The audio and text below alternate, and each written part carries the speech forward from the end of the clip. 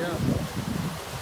Evo ga, neka stari mlin u Danskoj. Prvi put, evo, sad okreće sada, ima bilo kiše u vodi. Ovo ti je ispražnjivanje, znači ovo izžnjiva, nemaju rijeka, nego napravljaju kanale.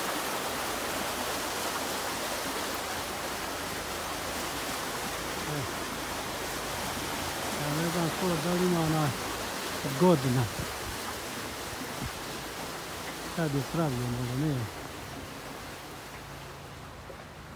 A ja smijemo da uđemo?